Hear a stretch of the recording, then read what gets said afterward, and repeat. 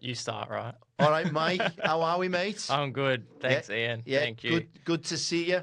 Thank you, man. Thank you for having me. Thanks for, trusting me. We've only met twice. Yeah. But I guess it was enough for you to It must have invite been me that on. impactful, mate. You couldn't get it out of my head. That's Nah, why you're here. that's why I'm here. No, so I'll briefly touch on where we met. So obviously through Good Men Helping Good Men, we've kind of done a couple of men's circles now, and you were one of the guys who rocked up. I don't know if it was after the first one or the second one. Might have been the first one. Yeah. I think, Stephen. Yeah.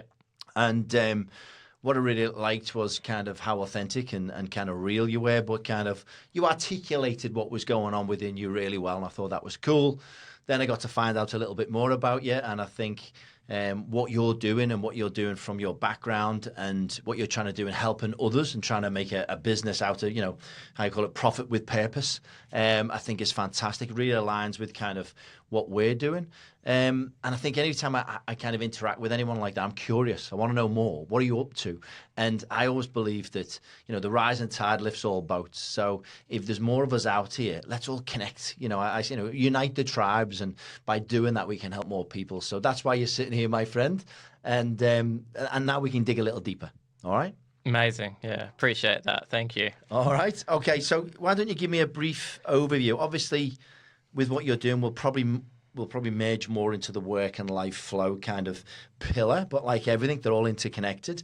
But just give us a brief overview of kind of what you've been up to, what's made you the man you are today, high level from, boy to man, and what you're up to with your career at the moment. Yeah, amazing. How I got here. Yeah. So, look, like most of us who I guess end up helping in podcast positions, we go through our own suffering. And my journey of suffering is, similar to probably most, that I lost myself through trying to prove myself.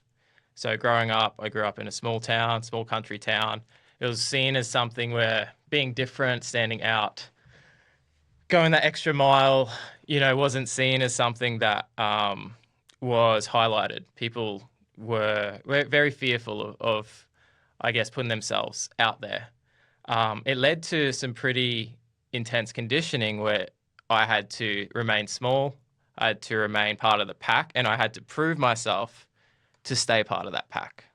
And so my life's journey through school, through uni, and into my early days of working, unconsciously, I was always just trying to make sure I was good enough with whatever I was doing. But I had no idea I was doing this. I just thought this was life, this was normal, this was how we live. But I was unconsciously, they talk about the subconscious mind being 95% of our actions through the day. We have 5% which is conscious, 95% unconscious. And this was my life, making sure I was good enough. How can I show that I'm good enough? How can I get that validation that I'm good enough? Then my central nervous system was sweet. It's like, great, I'm safe. And then the cycle would repeat. It was about 4 years ago, I joined a startup. I moved to Sydney for this amazing opportunity. It's an amazing mission. It was doing what I love, which was engineering, solving problems with physics, innovating, designing. And through that startup journey, I guess I really was given an environment where that was on show, and that all came to kind of a grinding halt. I couldn't keep up with this constant proving myself within this environment. And so I had to stop looking outwards and start going inwards. And I had to start understanding what was driving this. I had to start building awareness of the shadows within me, which, were hidden for a while. And through that whole process, I found that by doing this, by uncovering parts of myself, I was a better leader, I was a better engineer. The team was better because of that, because I wasn't having to make decisions from a place of trying to prove myself. I was making decisions that were benefit for the company, benefit for the mission, for the team, for whatever we were focused on. It's not always like this, but that's led me to realize that the tech leader journey or the innovator's journey, although we learn all these skills, we learn all these things in uni, we learn how to scale startups with programs. We learn how to build business strategy, how to get product market fit, how to brand, all these things. But are we really equipped to understand the root of so much potential to do amazing work, to do creation work? And can we learn these fundamental skills, these really simple skills of reframing how our inner systems work to be better at that? No, really interesting there. And you talked about some simple skills. And again, obviously from a good men perspective, it doesn't matter men, women, whoever, I believe there's some real simple stuff that within society for some reason isn't taught. And I've got a massive passion around that. So let me take you back a little bit there, because you moved quickly there through from childhood through to business, and a common kind of theme of how you were kind of interacting with yourself, and kind of you mentioned there about, and I know what you're talking about, that kind of maybe small town mentality or something within a network of people that you're around, that if you stand out, you don't want to stand out because you kind of get looked at differently. Why do you think that is?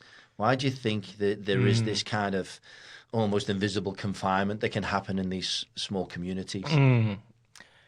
I think as humans, we've evolved through the thousands of years to survive.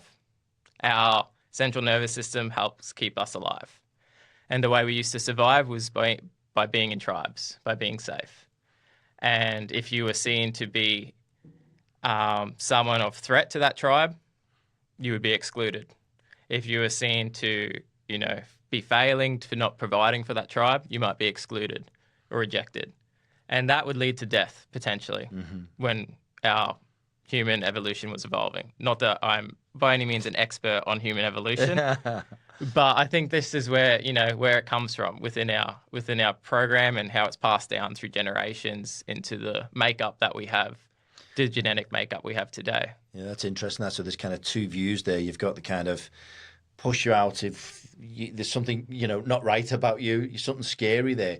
And so do you think that is because that happens a lot, right? When you kind of go on a growth journey, you might be with a group of either friends or a community, and you're different. You stand out like dog's balls, and you're trying to do all this stuff, and people are like, who do you think you are? That type of thing can happen, right? Are you saying that's because it's almost...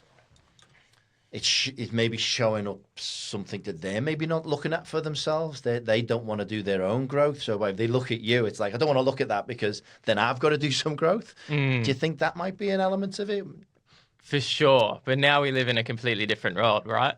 We're not conditioned to have to survive with these perceived threats. So unless we have that awareness of what our internal systems are conditioning our thoughts with, this is going to be seen as something that's really threatening to us, because that person's going out doing something weird and interesting and authentic. That means I've got to have to sit with that discomfort potentially of wanting to do those things. Nah, that's too hard. And I was here, right? Like, this was my thought pattern and judgment too, when I was growing up through uni and just those few years out of uni. When I was there, if someone was doing something that threatened me to have to sit with discomfort and go, do I have to really look within? Nah, it's going to be so much easier to ridicule. Can we swear on this or what? Yeah. Fucking swear away, my friend. I don't know your audience. Just be just be real. Fuck them. This is me. Fuck them. What the fuck are they doing? Get a screenshot, send it to your group chat, have a go at this guy. Like, how embarrassing. And that could be happening to me right now as I'm talking. And that's okay. I'm so okay with that now, because I've kind of been through it. I've kind of had to go and understand where it comes from and sit with it and sit through the discomfort. So it kind of is just like, something now that I don't associate with, or no, good, I just allow it. Good on you. It's kind of people will laugh at you until you're successful. Then they'll cheer you on, right? for the very same thing. So okay, whatever. But what I say with that, as long as you're doing something that you believe in, and as you're caught and it motivates you and gets you out of bed, then that's something you should be fucking doing. Don't hold yourself back from that. It's like speaking your truth, right? If you don't speak your truth, you live a lie. Follow your purpose, follow your passion, and you're right. I mean, I know that from coming from where I'm from in Liverpool, great place, great banter. Oh, you're from Liverpool? Yeah, I'm Scouser. I love Everton or Liverpool? Liverpool, the only team. I'm a Liverpool fan too. Oh, good on you. Look, we're learning something, Fuck, that would have been embarrassing if it was Everton. I would have thrown you out if you would have knocked. No, but I found that as well. Nothing, I love where I'm from, but we really take the piss. It's a take the piss culture. Who are you? What are you doing? You're not bad, this, that, and the other. And it's a real kind of, it can be a tough grind. So to do something a little bit different. Do you find it different here? Yes. Yeah. Yeah. Different, what I find about coming to Sydney was, number one, I consciously decided to completely change my world. I used to party a shitload in the UK. I was kind of in vanilla land. I was just getting by in life. I wasn't really, dialing in my career. I've always been good at what I do and always been a good leader.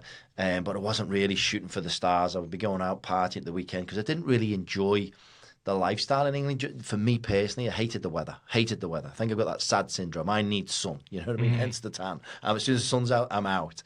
And it just didn't kind of work for me back there.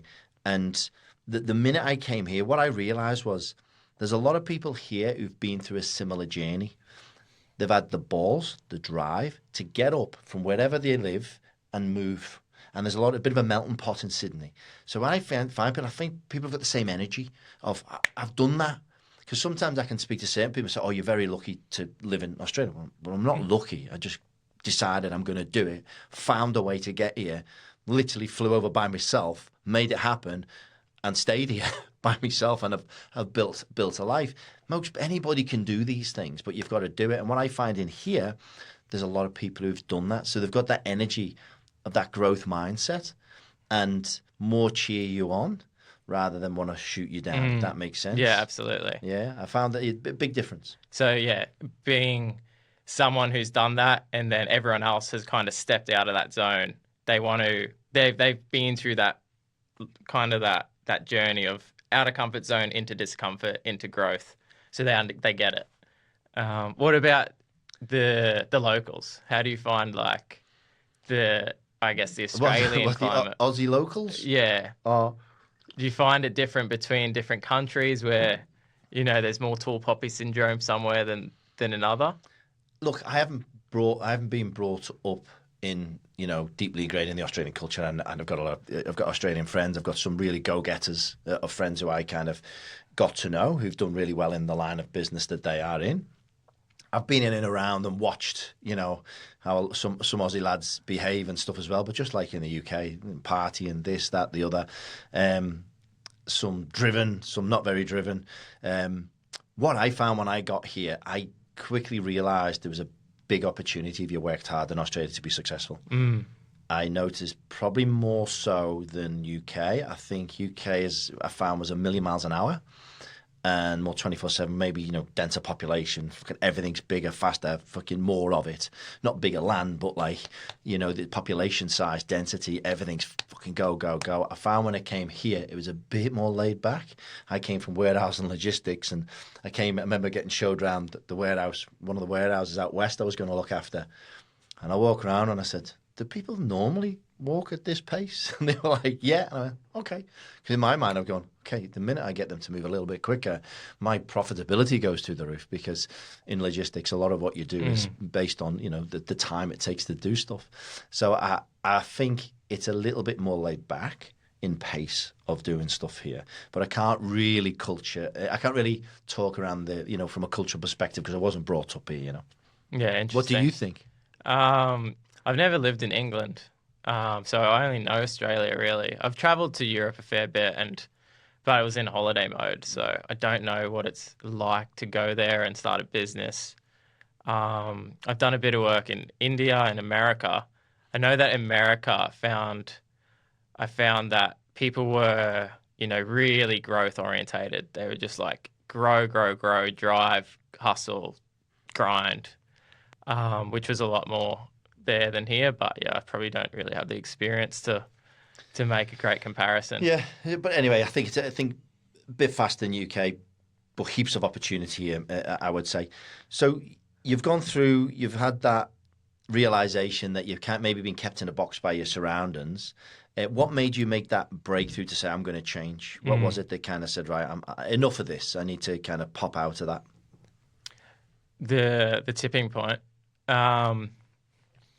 Guess it happened over a gradual period, and it's kind of a question of when did I forget, almost. As I think as young children, we don't have those boxes. We are born into a world where we're not really confined, and then slowly these boxes come on. So that comes, and then it's almost like a full circle where we come back to how we used to live as kids, where we grew out of the boxes, which is so funny. But there's so many full circle moments in life, and that's one of them that resonates with me. So yeah, I forgot maybe around 7, I don't know.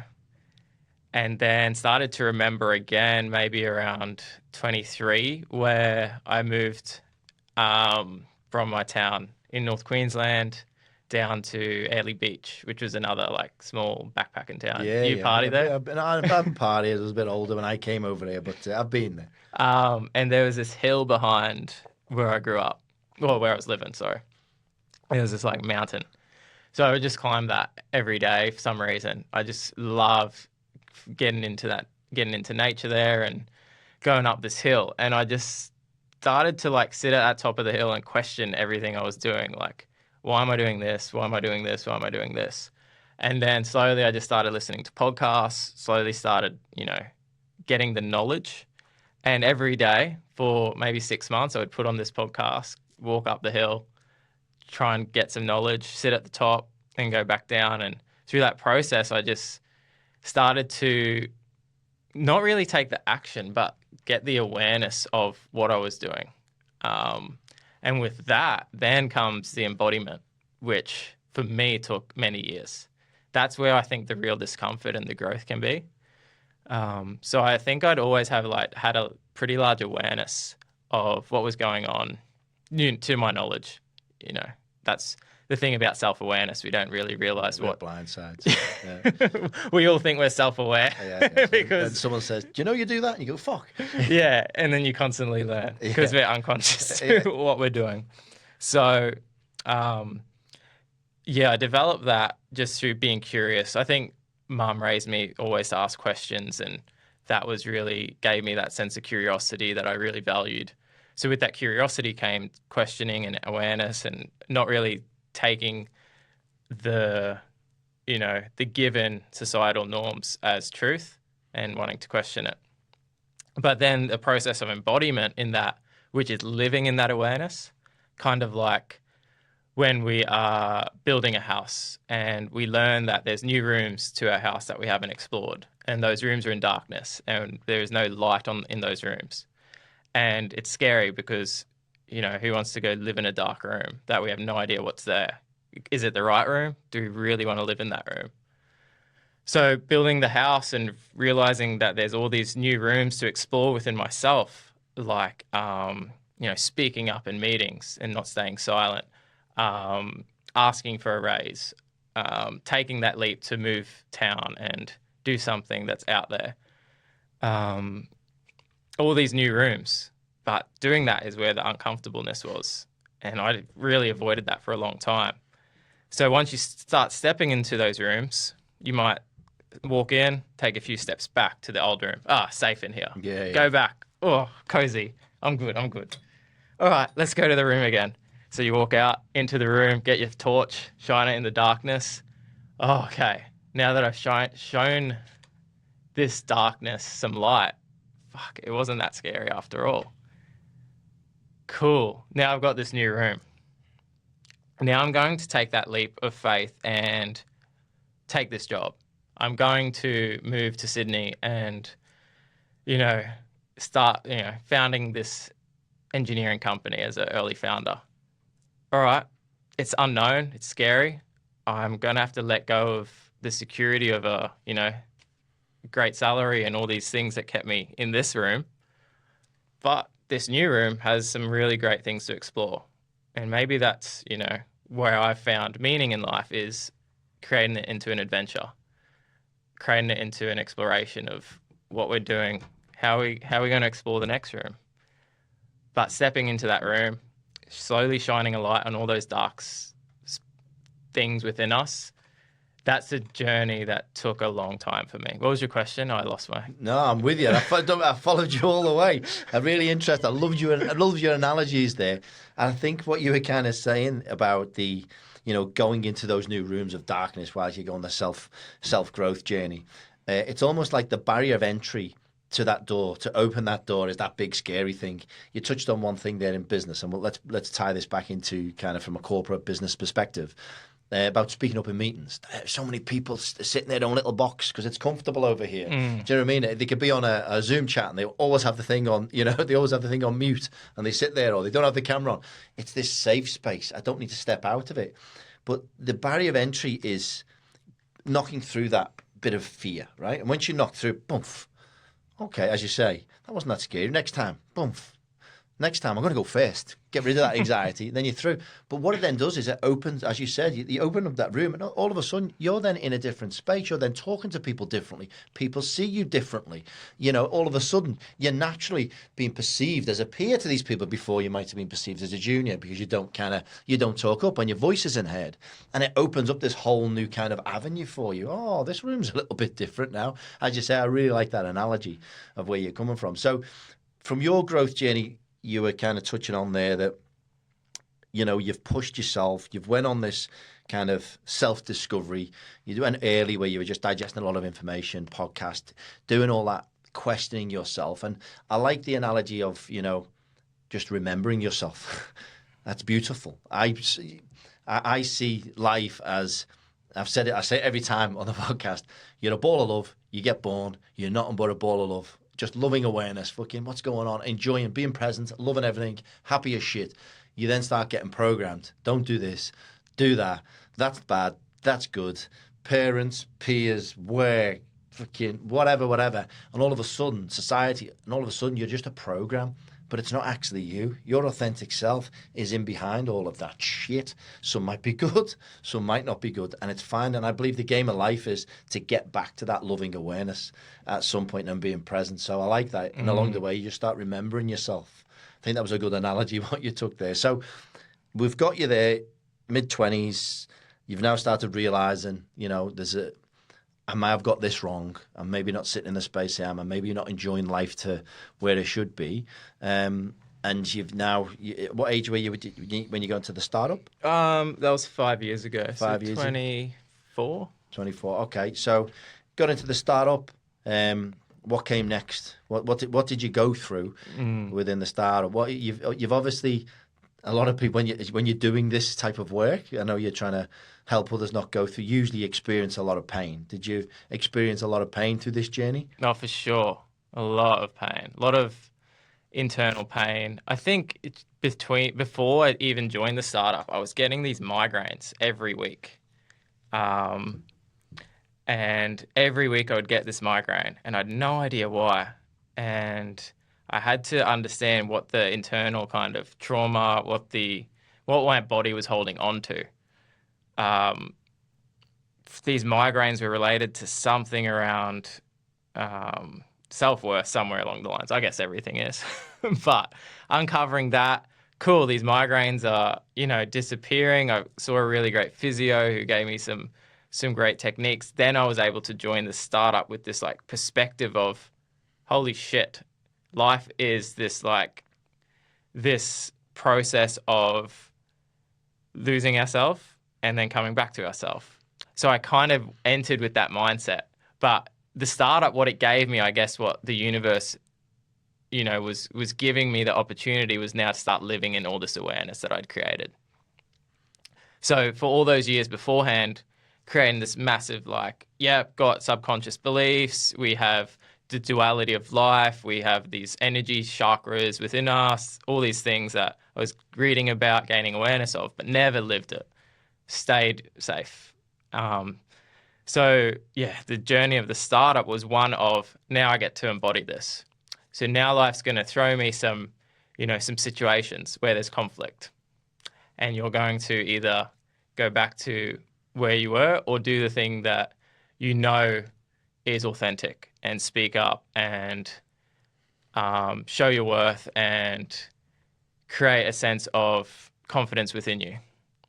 But that took years, many years, constant reminders. Here's the opportunity. Oh, fuck, I'm just going to blame them. I'm just going to judge them. I don't want to deal with that situation. No, step up into it, live in that awareness. And so, yeah, the journey was one of suffering, because the suffering came from not accepting these parts of myself. So for so long, through that journey of now starting to live within these new formed ideologies, or to get to the person who I wanted to be, how I wanted to act, how I wanted to live, the things I wanted in life, the joy I wanted in the present moment, where I wasn't filled with anxiety, I wasn't filled with going to bed with like racing thoughts and overwhelm. I was resisting who I was. I was resisting all these things about myself. I wasn't accepting them. I was coming in with this vision like, oh, I don't like who I am and I want to change it. And I had to flip that. That's when things started to really shift. It's when I started to go, fuck, I can just be okay with who I am.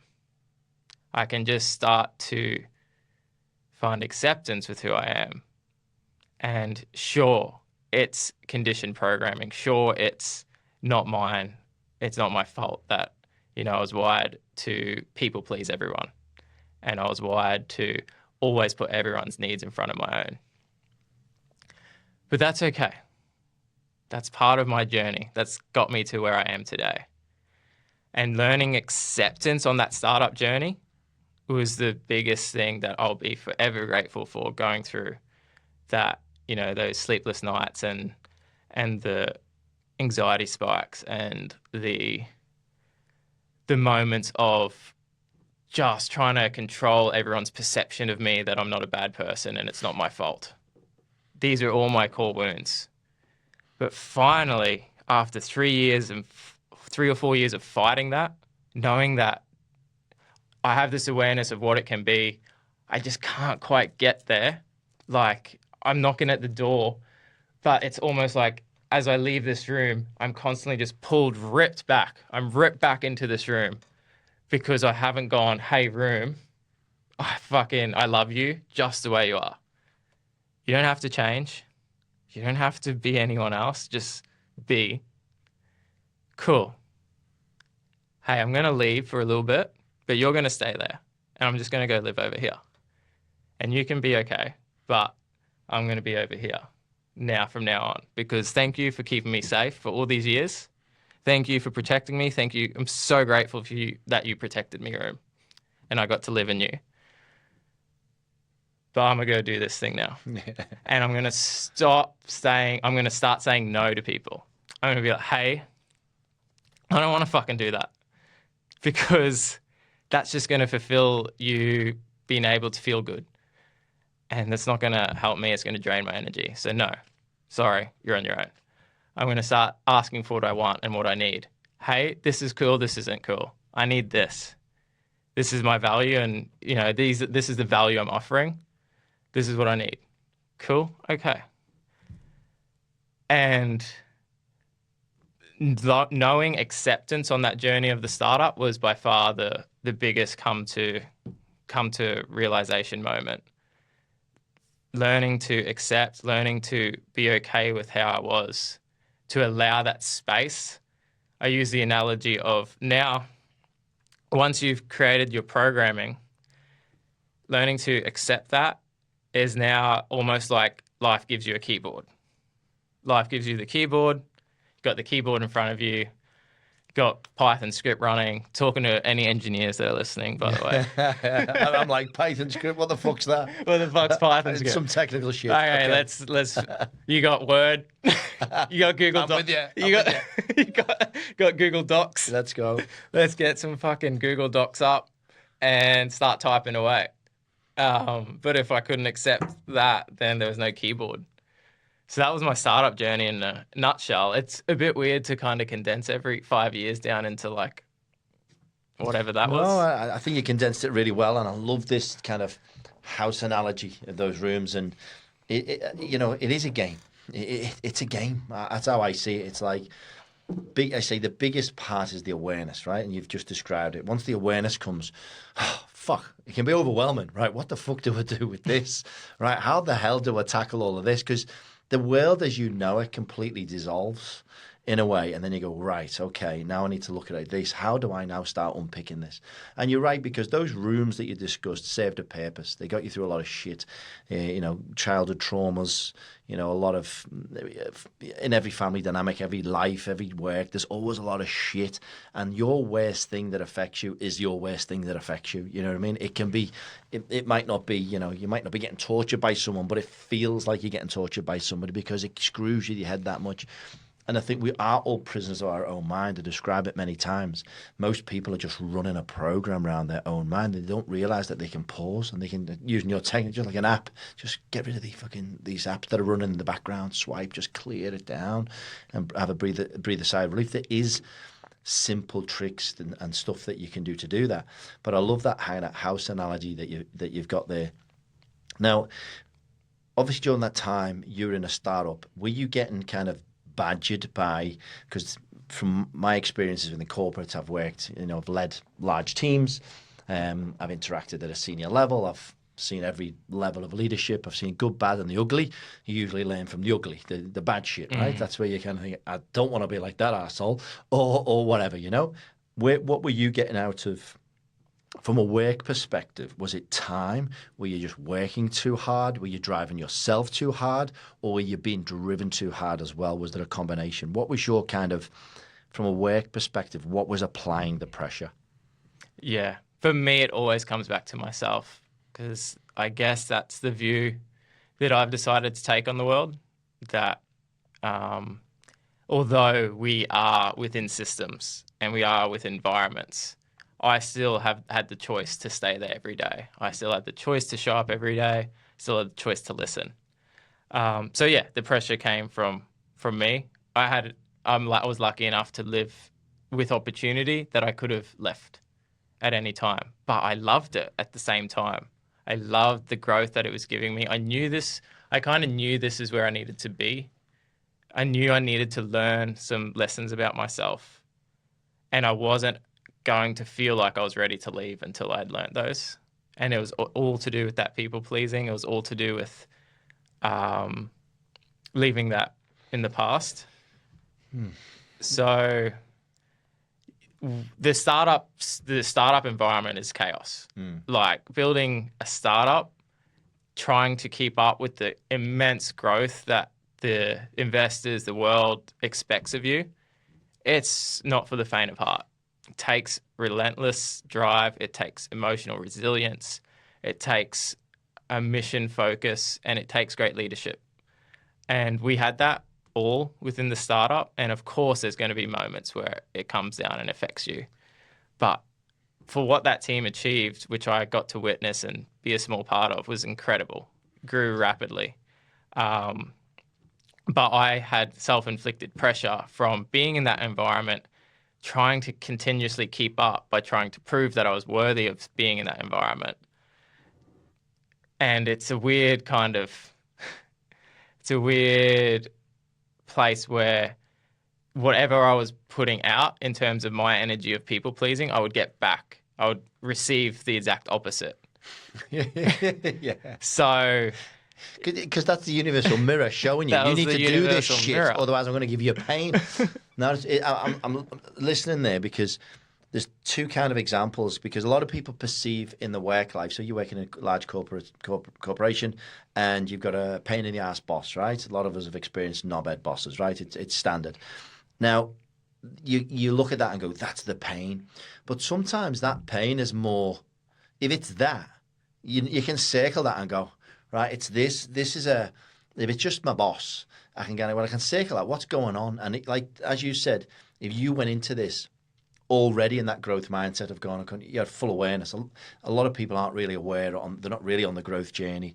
It's getting more and more people are getting aware of it, but there's still a large percentage of people who aren't as understanding of you as what growth is, right? And I always say, when something pain happens, can you lift yourself up? Can you helicopter view and go, what is this? Because if you look back in the past now and looked at some of your biggest pain points, they're your biggest growth journey. So you can look back and go, that thing that happened to me when I was 21, I learned from that. I now don't do that, and I'm here.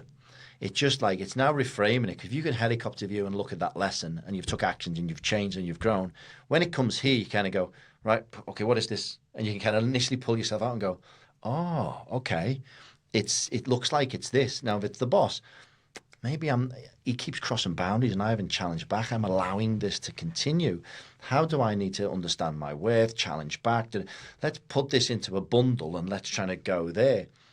That's one thing when it's externally coming at you. It's a universal lesson, but what you're talking about is your own internal drive, which is another one. And I found that myself when I came out of corporate. I was running 1 million miles an hour. 6-7 days a week, large team, loads of people, this, that, and the other, warehouses all over the place, and used to going 1 million miles an hour. Now, I came out to then run my own business, a startup of another business with a business partner of mine, and my work ethic was, let's go, just work, but almost working just because for work's sake, almost because I work, you know what I mean? And it almost became part of my DNA. I fucking work, and I'm like, and I'm proud of the fact, yeah, I did 6 days this week, 7 days this week. All I'm doing is killing myself, you know what I mean? Lack of sleep drive, but it became part of my DNA. And then I had to check that and go, similar to what you were just describing there, the internal thing is sometimes harder than an external thing that you can look at and go, it's that, okay, how do I deal with this?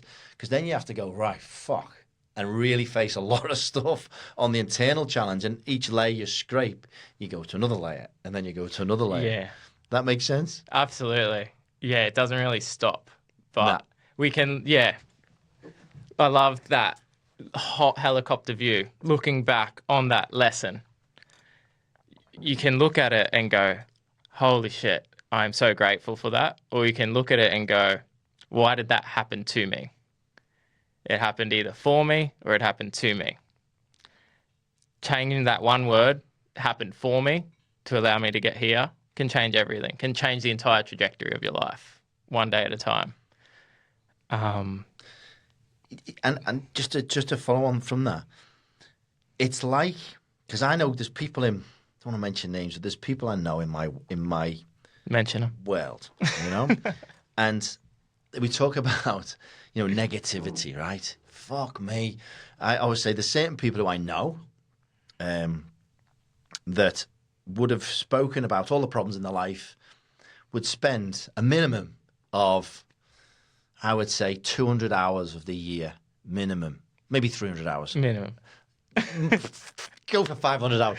Just literally telling people about the problem, the thing that happened to them, why, whatever this shit, my job shit, I've got too much of this, woe is me that. And I'm like, fucking hell. And then they look for the sensitive ear and they just talk about this stuff. And then people and you see them almost burn out sensitive ears because they go, oh, fucking, I've heard this before.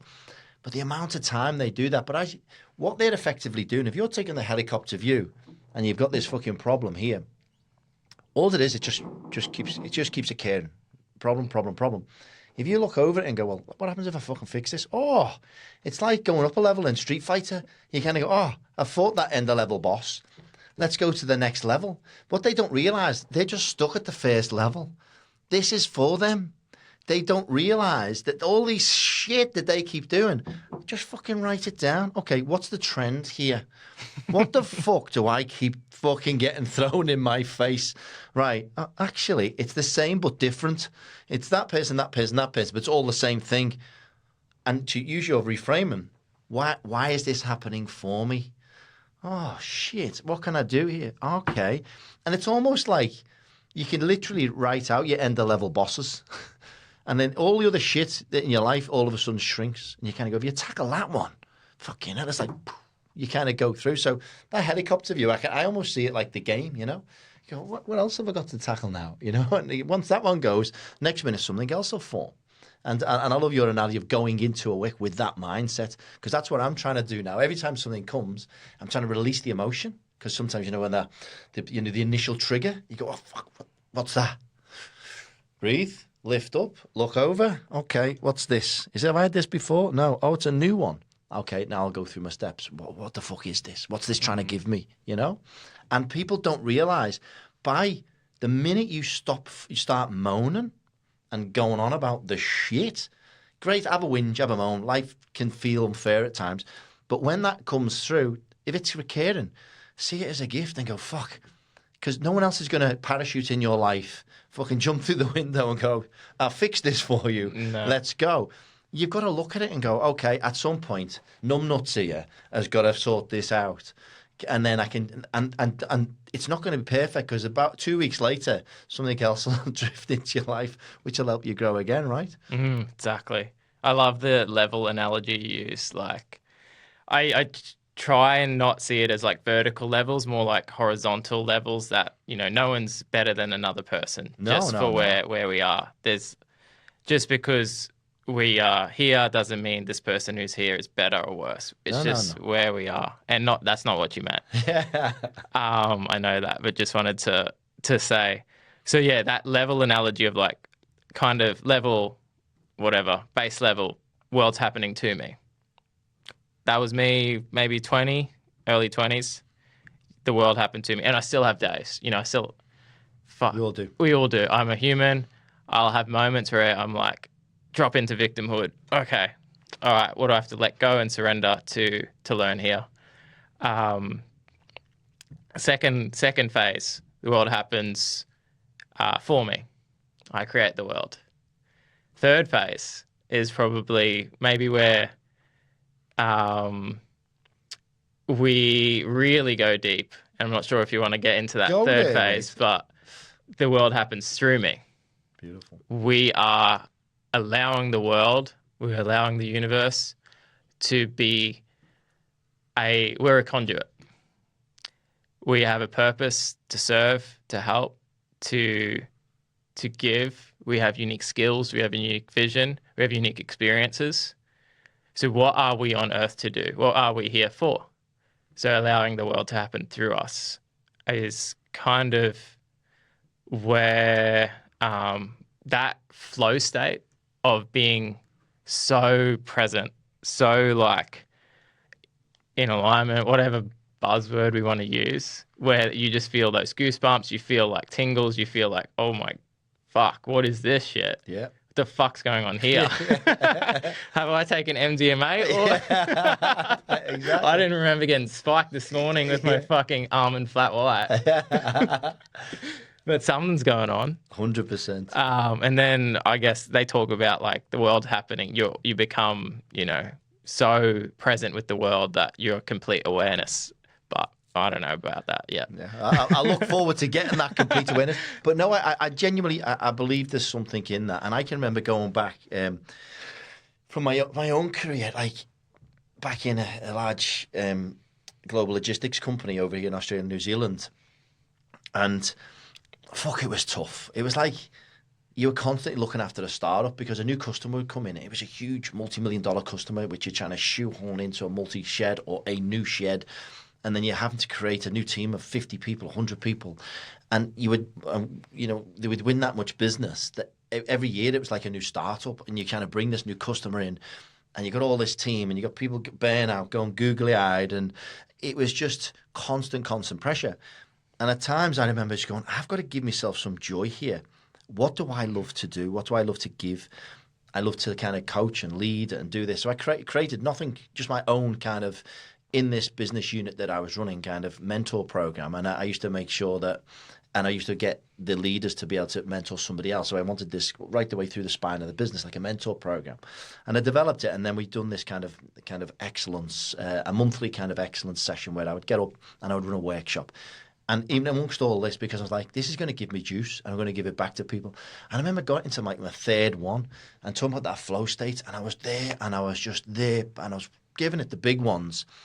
And it was just, boom. Our time went. I knew everyone, full consciousness was connected to me.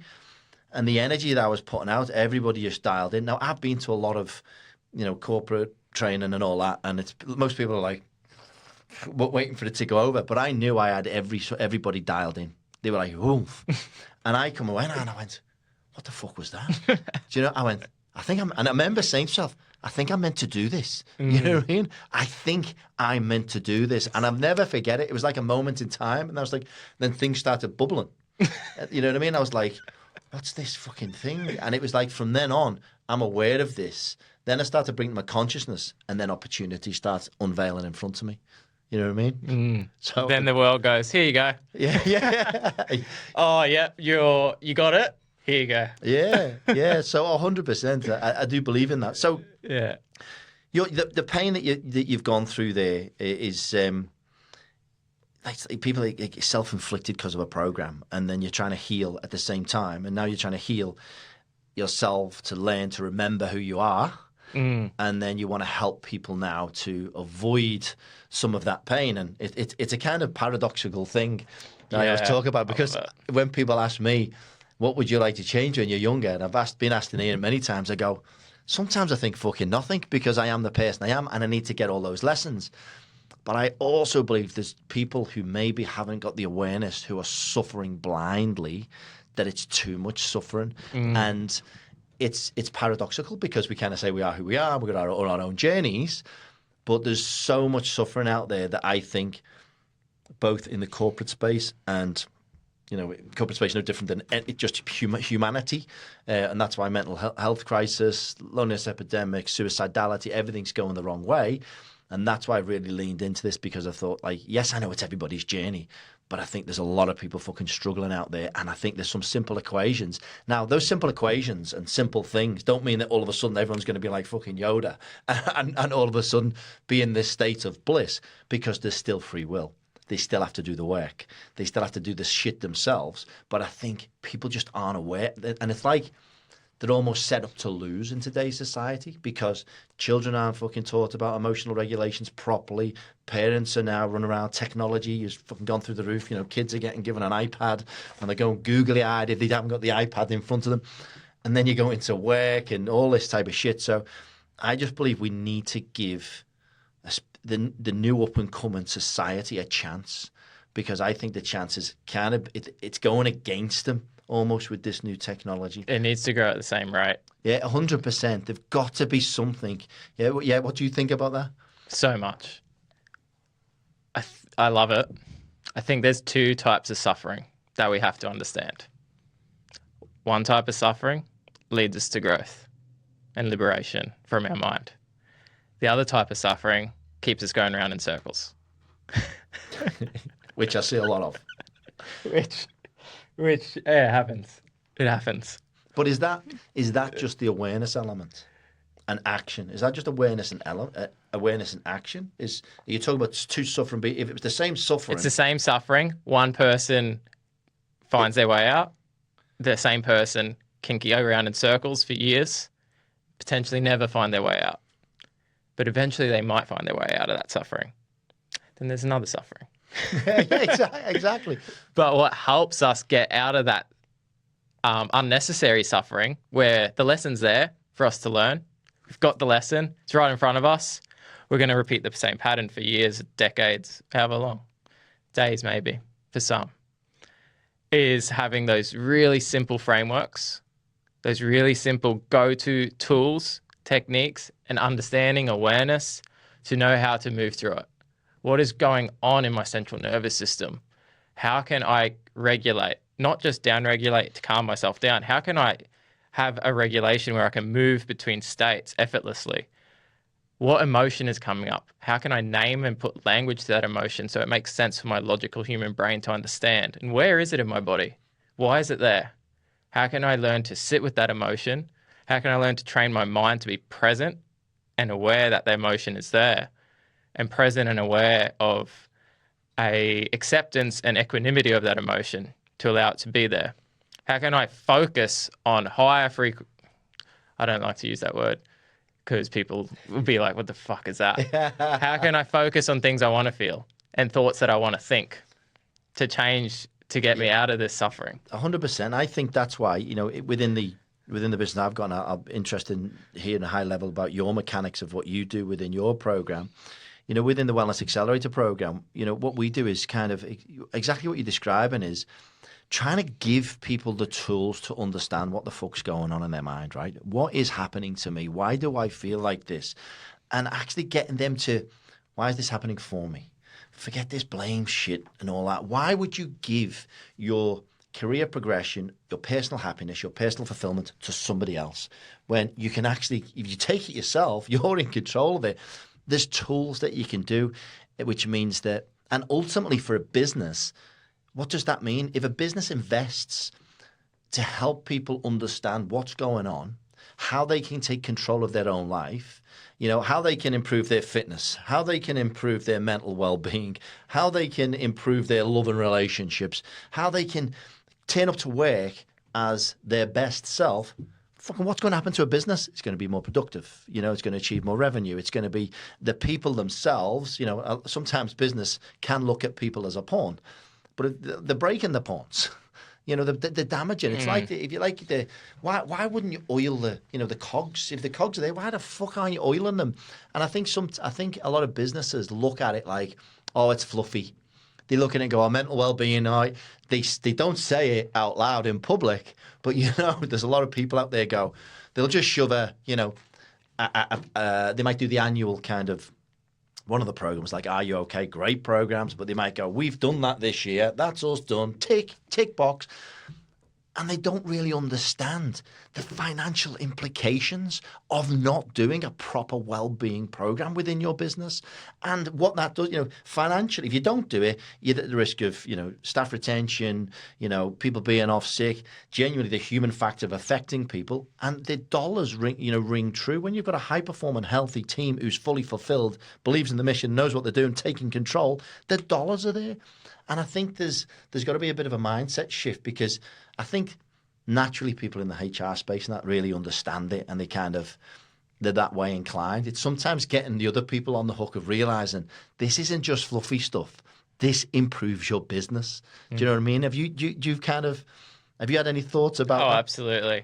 I think the reason why it's fluffy is because we can't measure it. It's invisible. We can look at our health and see if someone's in good shape or not in good shape. How can we tell of our mental fitness? It's invisible to our senses. I'm sure you can pick up on someone's energy once you've become intuitive, but how is that mental fitness impacting your business? And what KPIs are we measuring to even care about this? I think it's driven by those systems and driven by creating a link between emotional well-being, consciousness state, whatever you want to call it, energy performance index. Let's use that. Can we create these metrics which show how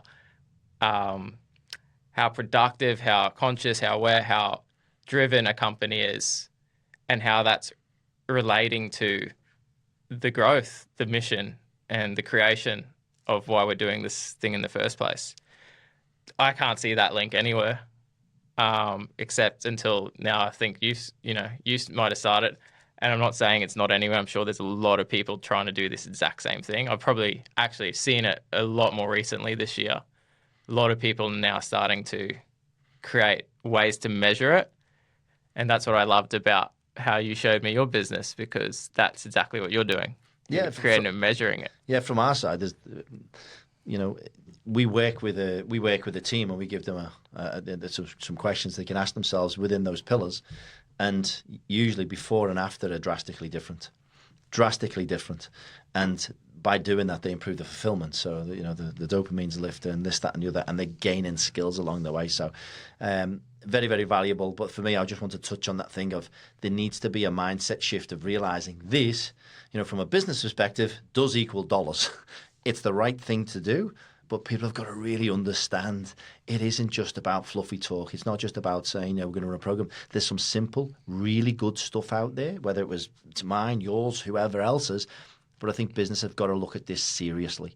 This is serious. There's a serious mental health crisis. There's a serious, why would you want to turn over a staff? Why wouldn't you want to oil the cogs of your business to make sure that you're going to have these cogs highly functioning for fucking years? Look after them. Fucking polish them. Take care of them. And not let it be a tick box. There's so many out there a tick box.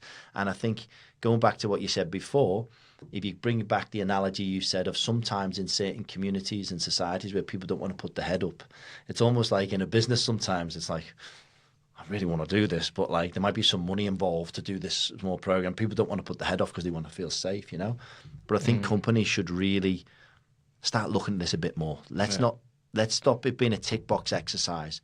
I've seen those tick box exercises. I've described it before. I've seen in a previous company I used to work for, where, there'd be gangbusters. I spoke before, maybe a startup, and you'd have like 100, 200 people on the floor working 6 days a week, eyes going crazy. You can see some burnout starting to happen. I remember walking around the warehouse saying, you go home, you go home, you go home. People are working non-stop. And then it would be like, I think it was an Are You OK day, across Australia. And I'm like, and like overnight, it's like Santa Claus has turned up. There's the ribbons everywhere, and there's the cakes. And then, the head of the business walks through the door, gets photos with some of the staff, and they're posted on socials. Then they fuck off out, back to the grind. And it's like, you've just shown your hand. You've shown you don't give a shit. You know what I mean? Because if you really give a shit, you would put something genuinely in there for the people that meant they had a fighting chance of not being burnt out, of understanding emotional regulations, of being higher performers and stand them steady in their career. I've seen in those environments people get burnt out. And I don't know about you, I've been close to burnout. If you get burnt out, it's so hard to recover. It's so hard to get yourself back to that high performance because it's like your neural pathway of pain is shot. So something that might have been catastrophic to get you to that point years ago, literally you could be on the phone to your internet provider and they'll say, I can't do that for 2 days. And you go, and it feels like the end of the earth. It's because you've got your patience is zapped. Yeah. And there's a lot of healing that needs to go through there. And then that's where all the internal work comes in. So I think people have got to realize this isn't fluffy. This is a necessity. And whoever, do it with someone, whoever it is, as a company, if you're a leader, you've got to do this. As soon as we put dollars to it, it gets real. I think that's the thing that gets like, people. what's the cost of losing an employee, or an employee that's been there for a while? It's massive. Massive. And then what's the cost of training them? Of the opportunity cost where people are burnt out and not able to perform. It seems logical, but still there's a stigma. Because it's vulnerable. I think for me, what I've noticed, it's that short-sighted. It's looking at a budget but not realising. It's like if you're looking at your life in terms of the next year. I don't look at my life saying like I've got maybe another 40, 50 years to go, hopefully. It's like I'm looking at the things I do now. I'm looking at 3, 4, 5, 6, 7 over here. If you're looking in the next 6 months, something might not be the right decision, but you're looking in the next 2 years, of course it's the right decision. And I think people have got to, again, do the helicopter view and look at things and think, okay, what is the right decision here? Because there's a lot of short-sightedness. But I also think companies and senior leaders have got to let it be known that this isn't just something I print on the wall. This is fucking real. We believe, as a company, we genuinely want to help our people. We genuinely want to help them, protect them, make sure they're in the best space. Yes, we're a business. We want to make a shit ton of money. We're going to do that with healthy employees who are driving, who understand themselves. And we're, as a company, we're going to help them understand themselves and go through. And I think they've got to be really genuine about that. And I'm hoping that things will change because there's a big need right now. For sure. So, Sure. what is it in the program that you do? Because I know I love the different kind of approaches. I know with your engineering background, what's your what's your style? Because I think the genius is in simplicity and everything. I think everything when you're talking around wellness, even business, whatever, so many people go too deep, to overly down a rabbit hole, which can lose people sometimes. And I think sometimes framing things in a way which simplifies and makes people Yeah. understand, that's the genius. So That is I'm the interested value. in what you do. I think what I do, there's nothing new. It's, things that have been around therapy, psychology, ancient techniques for thousands of years. But what we need to do as thought leaders in this space is allow our target market to be able to understand it, to be able to see the value in it, to be able to join the dots, and to give them some simple integrations for their life. So as an engineer, decided to work with and tech leader. I've decided to work with other tech leaders and innovators who are solving, really challenging problems with designing and engineering and building whatever they want. And I love that stuff too. It's, why I became an engineer as well. So I help take central nervous system regulation and make it adaptable to understand how is this going to apply in my everyday life? What the hell is it? Take out all the stuff that really I don't need to go down too far to understand the polyvagal theory. I just need to learn how can I regulate my central nervous system. 100%. Cool. Take meditation. I, been meditating for many years now. That's probably what saved me out of burnout. Meditation was. Me too. So I was in burnout for like 2 years. Didn't even know what burnout was. Didn't even know I was in it. I did a Vipassana, which was like 10 days in silence, meditating for 10 hours a day. That saved me. Learning that technique completely saved me. Without that, I don't know where I'd be. So yeah, I know that feeling of exhaustion. Anyway, how can I take Vipassana meditation and say, you train your mind for 5 minutes a day, it gives you this back. And this is how to integrate it into your busy life. And this is why. Trying to just be the value is in execution, the value is in messaging, the value is in the models, the mental models, the systems that can integrate into who we're trying to help, understanding their world, really understanding that through empathy, because I've been there, just like you've been there with your clients. So we get your world. Because we get your world and because we've been through it, this is going to help. And the value is in delivering that in a way which makes it digestible and simple. I definitely have always gone on the sense of overcomplicating shit as an engineer. So that's been my challenge, to bring it back to simplicity and systems. As I said before, because I'm not massively technical, I've always gone simple. I've always gone high level. I've always gone helicopter view, and then needed the right people around me to kind of cover my kind of weak spots or kind of growth opportunities. So, I really like what you've done there, keeping it simple. That's the way. It's understanding. You said something there about understanding the why. So people understand, well, why should I do this? Because if you just tell someone, go meditate, they don't understand the why. Yeah. They do not understand the why. I'm talking to so many people. They just think, oh, meditation, yeah. When I go to do it, my mind races. So I don't do it. And so I don't do it. I'm like, well, it's always racing. You're just now capturing it. You're aware of it. And now, and That is meditation. And then they go, oh, yeah, but it's like that acorn. It's like they must have to hear it X amount of times before someone might click, and then they kind of land. So the easier you can get them to understand and understand that why, I think the better. So. Yeah, and I've found that learning through experience, that's why breathwork's taken off right now. Because you do breathwork and you learn through your own experience of like, oh my God, that's what this is. Yeah. There's something going on in my body. You're not just being told, if you do breath work, you'll feel heaps better because you'll understand how to shift stored emotions or whatever it can give. You're learning through that experience of actually doing it. I guess you need that why to kind of jump in and try it. Once you try it, it's like... You're right, because the thing with breath work is once somebody does it and they do it properly, you can literally do 20-minute breath work and you'll be vibrating, shaking all over the place, and you're like, "What the hell is this?" Yeah, again, I remember the first time I did it. I remember looking at people, on telly or whatever, and they go fucking shaking. I'm going, "What's this bullshit? shit? No way, that's fake." Yeah. And then the first time I did it, I'm on the floor shaking all over. There was tears everywhere. Yeah. Big, massive. At least I did a proper hour-long one with this online program. I was like, what? And I came away and I was like, "What the hell was that?" But you're right, that's an immediate kind of thing that can happen. So anybody out there, do breath work, do it properly, and you'll be all over it. But the meditation, it's more of a long term. It's a slower impact I think people feel. For me, it's like I don't get a massive kind of. Sometimes I get really deep moments, but a lot of the time I just realize if I don't do it, I don't sleep as good. I find that I'm calmer when I do it. I don't get a lot of connect to source type moments. My missus does. When she does it, she's flying all over the place. It comes down, she goes, "Oh, I read a real big connection there," and like she goes in really, really kind of clearly.